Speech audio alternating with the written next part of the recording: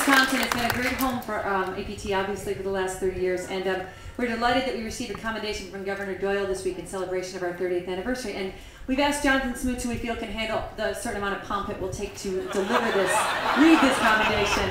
Who's the only person who could possibly do it in my mind. So please come up, Jonathan, and would you please read the message from the governor?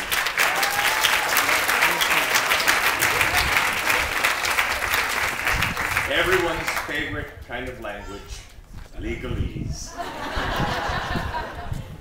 Whereas American Players Theatre celebrates its 30th anniversary in 2009, having christened its outdoor stage up the hill on July 18th, 1980, seems like only yesterday, with its first performance of A Midsummer Night's Dream, and whereas, in a happy coincidence brought about by 30 months of hard work and relentless loyalty from APT company members, staff, patrons, and donors, 2009 will also see the opening of APT's 200-seat indoor Touchstone Theater.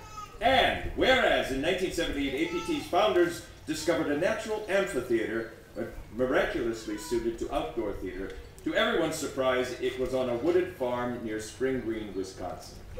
Whereas over the years, the company kept audiences riveted by classic plays, especially Shakespeare, even though said audience was purchasing their tickets from a renovated chicken coop and using porta potties at intermission.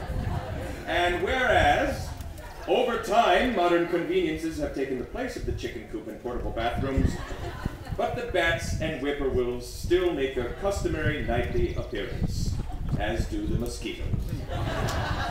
Whereas APT has discovered a successful formula based on massive talent, simple design, and extraordinary devotion to and passion for language, not to mention fiscal responsibility, and whereas APT has dedicated the last 3 decades to making the incomparable language of the classics accessible to the widest possible audience, regardless of whether one is an expert on Shakespeare's works or simply loves to be outside with friends on a lovely summer night, or any combination thereof.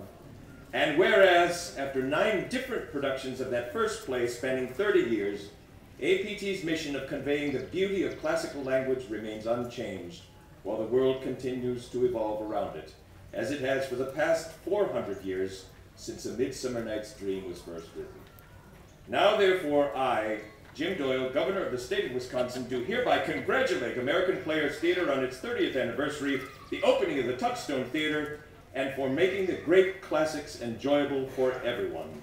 In testimony whereof I have hereunto set my hand and caused the executive privy seal of the state of Wisconsin to be affixed. Done at the Capitol in the city of Madison in recognition of American Players Theatre's 30th anniversary, July 2009.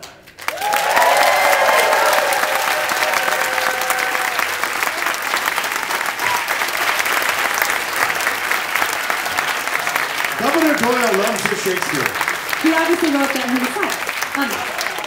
And finally today, we think it's appropriate, obviously, to say a few formal words about the dedication of the Touchstone Theater. So we'd love to call the stage, the most appropriate people, I think, would be the core company members to the stage, please. Paul and Tracy and everyone. Is everyone within earshot? Sarah, Matt, David Daniel, Jimmy, Kendra, Colleen. Jimmy's working.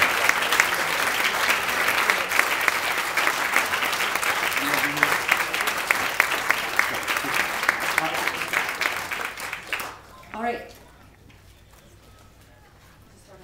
Yeah. I think so. Or do we want to not use mics? Let's use mics. The most important thing to remember is this: to be ready at any moment to give up what you are for what you might become. Dreaming is, after all, just another form of planning. You can't plow a field by turning it over in your mind. It doesn't work well to leap a 20-foot chasm in 2 10-foot leaps. Does it? Probably the difference between humans and monkeys is that monkeys are merely bored, while humans experience boredom but have imagination. This next excerpt is from The Dramatic Imagination by Robert Edmund Jones. We thought it appropriate both for the new theater and for the next generation of actors who will continue APT's work into the future. We know that there are young people in this country who will create for the theater of their time, who will bring something into existence, there that has never existed before. A few, not many. The theater will be fortunate to claim a half dozen. But if it is this half dozen to whom we look, we do not want shrewdness or craftiness or adroitness from them. We've had enough mechanism in the theater, and more than enough. Let them go beyond this. Let them give us a sense of the dramatic moment, a sense of wonder and dreams. The heroes of the plays which will be produced in this new theater are sure to encompass casts of tyrants, outcasts, wanderers, protagonists who are all passionate, excessive, violent, terrible, doom-eager, as the ancients called them.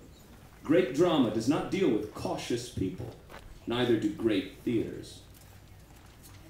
Nothing can stop progress in the American theater except the workers themselves. There are no limitations but our own. We shall not cease from exploration, and the end of all our exploring will be to arrive where we started, and to know the place for the first time. And as our touchstone. Say that again. It was kind of important and I messed it. We shall not cease from exploration, and the end of all our exploring will be to arrive where we first started and know the place for the first time as our touchstone. And we think it fitting that the final words should come from William Shakespeare. We know what we are, but not what we may be.